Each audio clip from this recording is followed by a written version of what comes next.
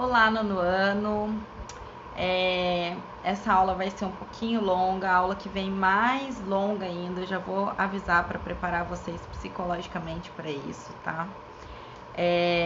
Não tem como falar de teorias evolucionistas de forma muito rápida pela primeira vez, né? Para vocês, no caso. Quando é revisão, até dá pra gente fazer um apanhadão aí, 10, 15 minutos. Mas não é revisão, é a primeira vez que vocês estão vendo isso, ouvindo falar, então eu vou ter que ser mais detalhista, tá bom? Começou a ficar cansativo, gente, pausa a aula, vai, toma um suco, toma uma água, volta, vai no banheiro, enfim. Porque também não adianta vocês ficarem assistindo a aula sem estar conseguindo absorver as informações, tá bom? Peço desculpa já.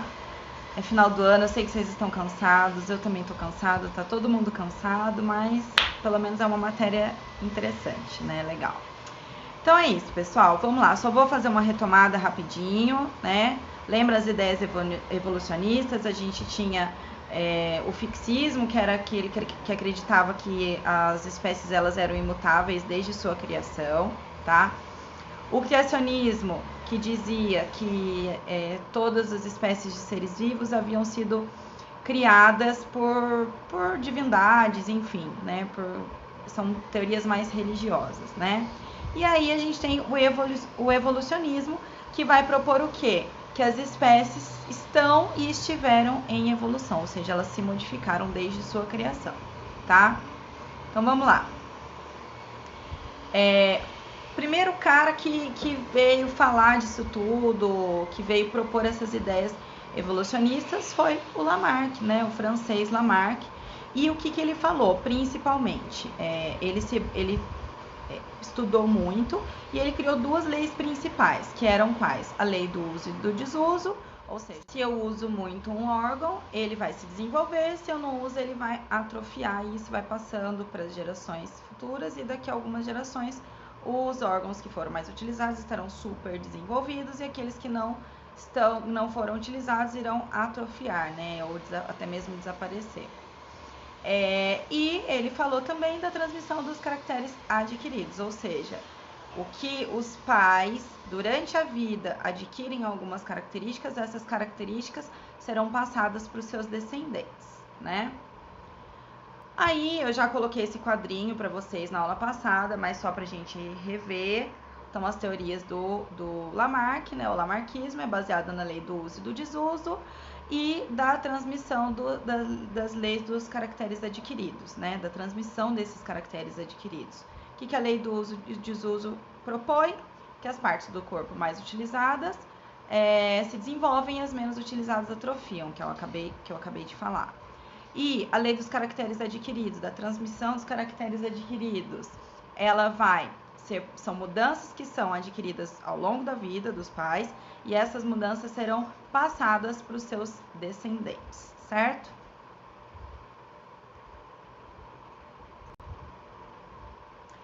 Qual foi o erro básico da Lamarck, gente? As mudanças que elas acontecem ao longo da vida, elas não são transmitidas para o DNA da pessoa, né?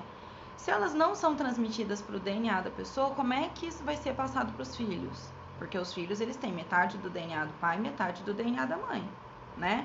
Então, é aquilo que eu coloquei na aula passada. O cara vai lá, malha, fica bombadão, o filho já vai nascer bombadão? Não é assim, né? Então, vamos ler o que está escrito aqui no slide. As alterações em células somáticas. O que são células somáticas, pessoal? São as células que estão por todo o corpo, exceto as células gaméticas, ou seja, exceto espermatozoide e exceto óvulo. Então, células somáticas são qualquer células que não são reprodutivas. Então, qual foi o erro do Lamarck? As alterações em células somáticas não alteram as informações genéticas contidas nas células germinativas, ou seja, nos gametas. Não vai alterar o meu gameta, porque não vai alterar o meu DNA. Portanto, essas informações não são hereditárias, a não ser que elas alterassem os meus gametas, o DNA que vai para os meus gametas, tá? Aí, gente, qual era o que tem em comum entre o Darwin e o Lamarck? Tanto Darwin quanto o Lamarck acreditavam sim que as espécies se modificavam ao longo dos milhares de anos. E tanto Darwin quanto o Lamarck acreditavam que essas mudanças elas ocorriam em decorrência das pressões ambientais, né? Ou seja, os seres vivos eles interagem com o ambiente e essa interação levaria a uma mudança. Só que eles acreditavam nisso, porém de formas diferentes, que é o que a gente vai aprender hoje. Então, para o Lamarck, a evolução se dava pelo uso e pelo desuso das partes do corpo. Já para o Darwin, ele acreditava que o ambiente fazia uma pressão e acabava selecionando aqueles mais adaptados. Esse cara aqui, ele tá morando na neve, ele é branco, então ele vai conseguir se camuflar dos predadores. Então, é mais fácil o branco sobreviver do que o que é cinzinha, que os predadores vão ver de longe. Portanto, os brancos terão mais filhotes, portanto, os brancos terão mais sucesso para se alimentar e para se reproduzir. Deu para entender? Vamos ver isso passo a passo agora. Primeira coisa, quem foi Darwin? Gente, eu como bióloga, eu tenho uma paixão para falar do Darwin, porque ele foi o cara, gente. Imagina, naquela época, em 1900, não tinha conhecimento de genética, gente, não tinha conhecimento de medicina, direito, não tinha várias coisas que a gente tem hoje em dia para fazer estudo. Não, o cara, ele bolou tudo isso, ele entendeu tudo isso da cabeça dele, ele foi um gênio, tá? Então, e além de tudo, o que me comove mais é porque o Darwin ele teve uma infância muito difícil. Ele perdeu a mãe com 8 anos de idade, ele foi para a escola com 9 anos, e naquela época as escolas, a maioria, elas eram como se fossem internatos, né? As crianças moravam na escola. E lá ele ficou até os 16. Com 16 ele foi para a Universidade de Edimburgo para estudar medicina, porque o pai dele queria que ele fizesse medicina. Porém, ele não teve sucesso estudando medicina, ele estava indo muito mal nos estudos, ele não se adaptou. E aí ele saiu com 18 anos e foi para a Universidade de Cambridge. Lá, sim, aí ele começou a estudar o naturalismo, né, que seria a biologia de hoje em dia, e ele conseguiu se formar com 22 anos de idade, super novo, né? Com isso, ele foi convidado para embarcar no navio HMS Beagle. Esse navio ele faria uma expedição por várias regiões do planeta e ele ficaria responsável por justamente anotar tudo que ele estava descobrindo, principalmente a parte de natureza. Com 30 anos ele se casou, mas ele só foi publicar o livro famosão dele falando sobre a teoria da evolução das espécies com 40 anos, tá? Então vamos lá. O que foi essa viagem do Beagle? Em 1831, quando ele tinha acabado de se formar, com 22 anos, ele partiu nessa expedição no navio Beagle, que é um navio da Marinha Britânica. Essa viagem durou 5 anos, gente, e o objetivo dele era estudar a costa da América do Sul, da Nova Zelândia e da Austrália. Olha o percurso do Beagle, gente, eu vou dar um zoom que eu quero que vocês observem uma coisa. O Beagle, ele parou no Brasil, tá? Então, o Darwin chegou a visitar o Brasil, ele parou no Rio de Janeiro, na Bahia, enfim, ele fez todo esse percurso aí, que é o quê? Eu até escrevi para vocês conseguirem anotar, deixa eu colocar minha imagem para cá. Então, ele deixou o porto de Plymouth, na Inglaterra, foi pelo Oceano Atlântico, rumo ao sul, percorrendo toda a costa brasileira, que eu até vou pegar minha canetinha aqui, Até vou pegar minha canetinha aqui, tá vendo, ó? Percorreu toda a costa brasileira, Uruguai, Argentina. Depois ele foi para o Estreito de Magalhães e subiu para a costa sul-americana, tá? Pela costa sul-americana. Então aqui, ó, tá vendo, ó, o caminho dele subindo ali. Com isso, gente, ele visitou o Oceano Pacífico, mais precisamente as Ilhas Galápagos, que ficam próximo eles ficam ali na linha do Equador. Eu vou falar mais das Ilhas Galápagos já, gente. Seguiu para Nova Zelândia, para a Austrália e, com isso, foi para o Oceano Índico, contornou o sul da África. Vou pegar minha canetinha para mostrar aqui para vocês. Aqui, ó, o sul da África, tá vendo? Então, olha todo esse caminho que o navio Beagle percorreu, certo? Aí eu coloquei um mapinha do arquipélago das Ilhas Galápagos. Coloquei uma frasinha, vocês vão ter que copiar, gente, não tem jeito, tá? As Ilhas Galápagos ou Arquipélago de Colombo são conhecidas por um total de 13 ilhas maiores e 6 menores, tá? Mas tem 40 ilhas pequenininhas espalhadas ao redor desse arquipélago. Ele fica no litoral equatoriano e no Oceano Pacífico, só que somente 4 são povoadas, o resto, todas essas ilhas são refúgios naturais, estão com a natureza extremamente preservada, porque principalmente depois do sucesso da teoria do Darwin, que ele conseguiu pensar em toda essa teoria, principalmente ali nas Galápagos, então elas são ilhas protegidas, tá? Fica ali pertinho ali do Equador, então eu coloquei um mapinha ali para vocês entenderem onde que ele fica. Como eu falei, elas se tornaram famosas por conta dessa expedição do Charles Darwin aí. O pessoal tá com barulho de furadeira, não tem o que fazer, então vai sair um barulho meio estranho aí no fundo do vídeo. Peço desculpas, tá bom? O que é interessante, gente, que tem muita riqueza vegetal e, consequentemente, animal nesse arquipélago, porque é um arquipélago de ilhas vulcânicas. E vocês estudaram lá no 6º ano, lembra que regiões vulcânicas são regiões muito ricas, um solo muito fértil? Lembram-se disso? Por conta da fumaça, do vulcão, das cinzas e tudo isso que vai caindo e vai fertilizando o solo, né? Vamos lá. Os animais da Galápagos, eles vieram de onde, gente? Eles foram trazidos do continente pelas correntes marítimas, pelos ventos, né, as plantas pelos ventos, pela polinização que vem pelos ventos.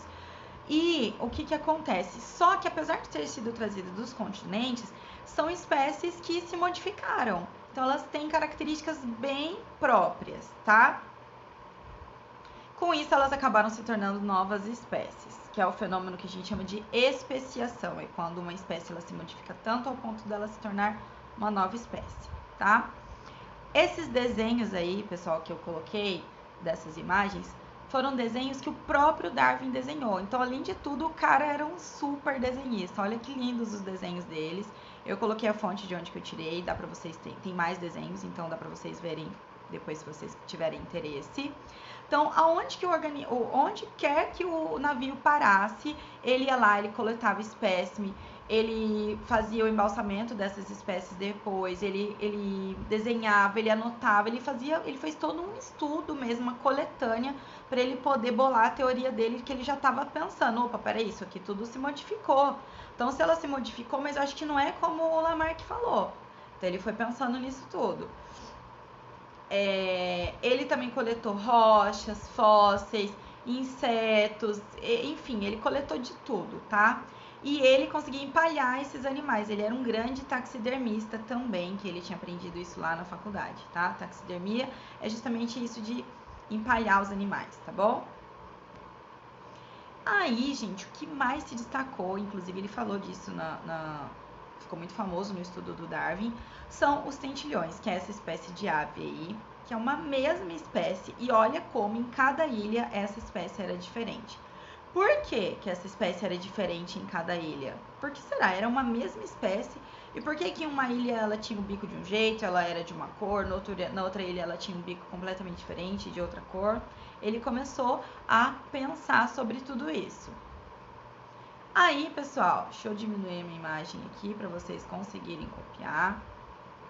O Darwin, então, ele observou que uma mesma espécie tinha essas diferenças aí. Como assim? O que fez com que surgissem essas diferenças? Então, vamos ler e aí vamos pensar. A ausência de espécies competidoras, ou seja, não tinham outras aves que competiriam com essas aves ali, com os tentilhões.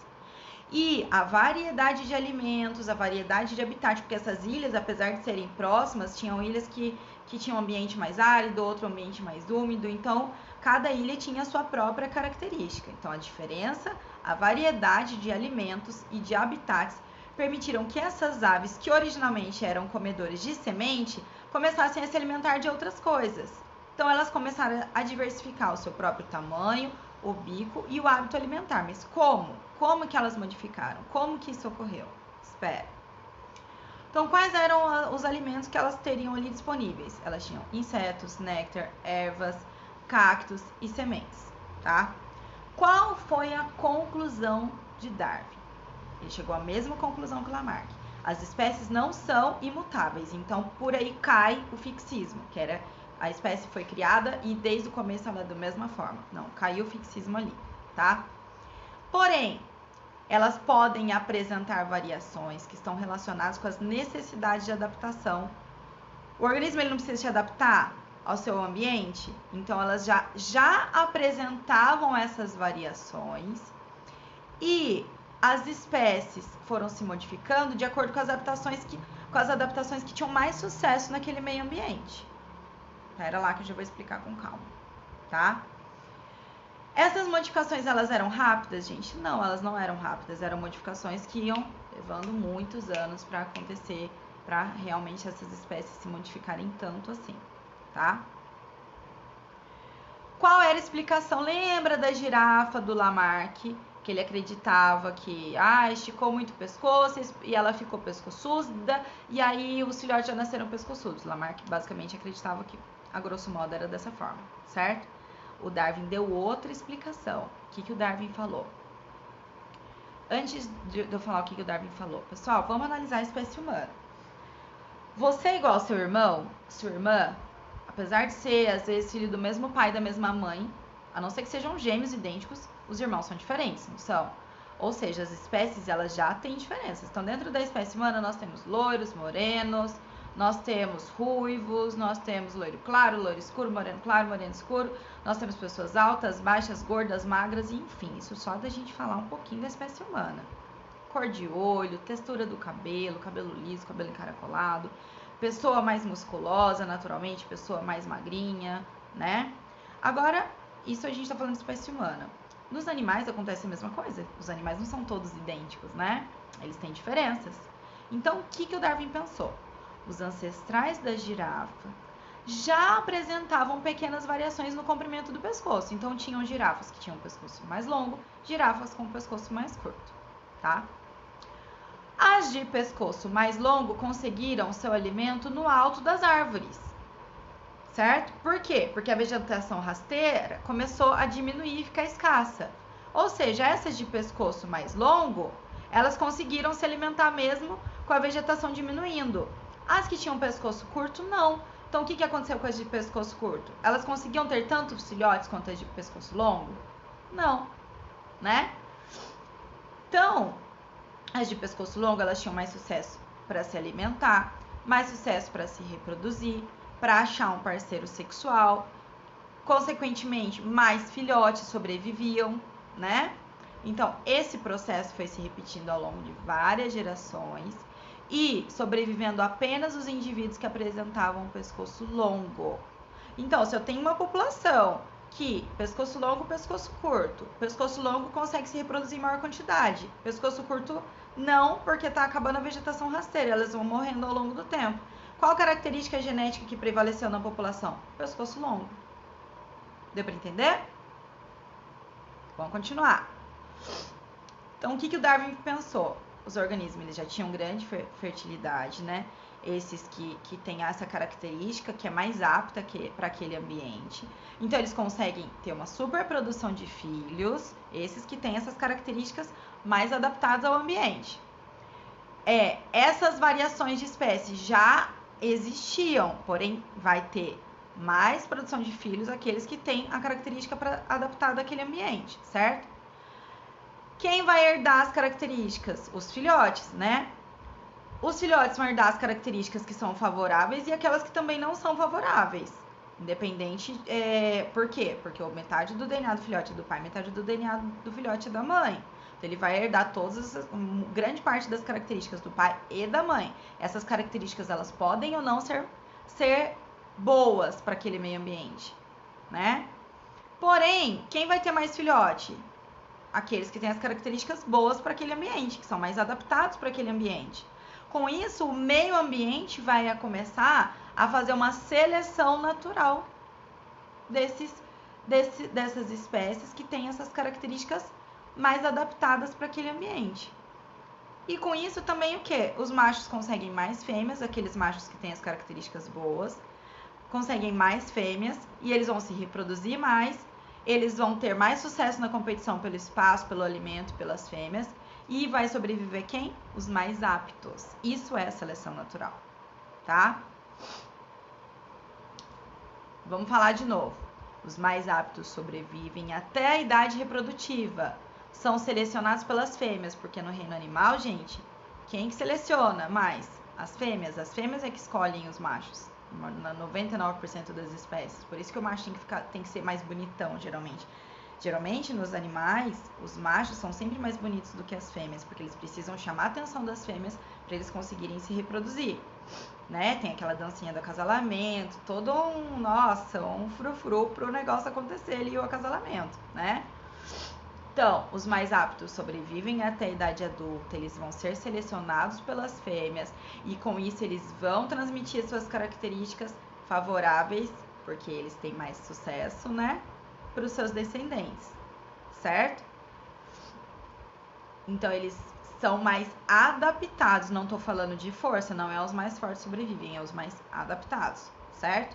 Os que não têm essas características boas para aquele ambiente, eles vão morrer, às vezes, antes da idade reprodutiva, ou não vão conseguir fêmeas para se reproduzir, né? Com isso, eles vão deixar menos descendentes ou nem deixar descendentes, e os seus genes daquelas características vão sendo eliminados da população. Vamos lá. Aquele macho que conseguiu se reproduzir porque ele tinha uma característica boa, de geração em geração, os descendentes com as características boas para aquele lugar, os mais adaptados para aquele lugar, vão sendo selecionados. A repetição desse processo ao longo do tempo leva à formação de novas espécies. Quando eu tenho uma formação de uma nova espécie, eu tenho um fenômeno chamado de especiação, ok? Então, qual foi a conclusão final do Darwin? Vamos resumir tudo isso que ele falou.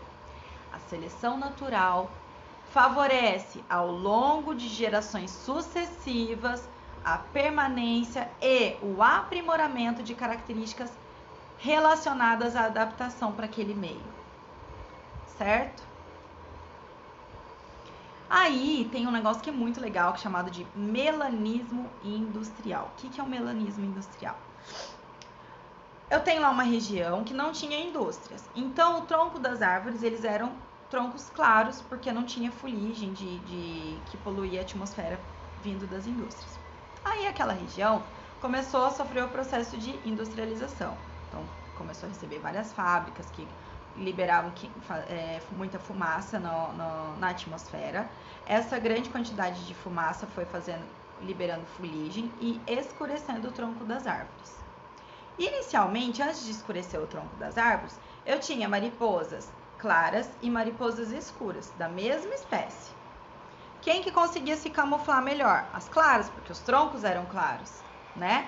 Então, as escuras, elas se destacavam. Vou dar um zoom aí para vocês perceberem. A clara tá aqui, ó, não dá nem pra ver. E a escura, de longe, já dá pra ver, né? Aí sofreu o processo de industrialização, o tronco começou a escurecer e o que aconteceu? Olha a mariposa clara aí, como é que começou a se destacar nesse tronco. Olha a escura, escondidinha aqui, certo? Ou seja, o ambiente mudou. Primariamente, qual característica que era boa para aquele ambiente? Mariposas claras. Posteriormente, quem que tinha característica boa para aquele ambiente? Mariposas escuras. Então, vamos ler o que está no nosso slide. Antes da industrialização, mariposas claras tinham vantagem sobre as escuras. Por quê? Porque elas conseguiam se camuflar no tronco das árvores contra os predadores, né? Depois da industrialização, as mariposas escuras é que tiveram maior vantagem. Então, essas passaram a se camuflar melhor nos troncos, porque os troncos escureceram e elas já eram escuras, né? Ou seja, qual população será que diminuiu depois da industrialização? A população de mariposas escuras ou claras? A população de mariposas claras foi sumindo, porque daí os predadores conseguiam enxergar logo elas, acabavam predando elas e, consequentemente, elas não deixavam filhotes até que elas foram desaparecendo, certo? mas já havia primariamente diferença na mesma espécie, mariposas mais claras e mariposas mais escuras, né? Já existia essa diferença porque os seres vivos não são todos idênticos, né? Mesmo dentro de uma mesma espécie, eles não são idênticos, certo? Então, o ambiente mudou e começou a selecionar naturalmente, seleção natural, certo? A mesma coisa, gente, vai acontecer com as pragas, né? Com as pragas de plantações, que podem ser grilos, gafanhotos, podem ser lagartas, enfim, pragas de plantações. A mesma coisa vai acontecer com a resistência a inseticidas ou com as bactérias com resistência a antibióticos. Eu vou explicar, vai valer tanto para antibiótico quanto para inseticida, vocês já vão compreender. Então, por exemplo, tem um gafanhoto atacando uma população de plantas, da minha plantação ali.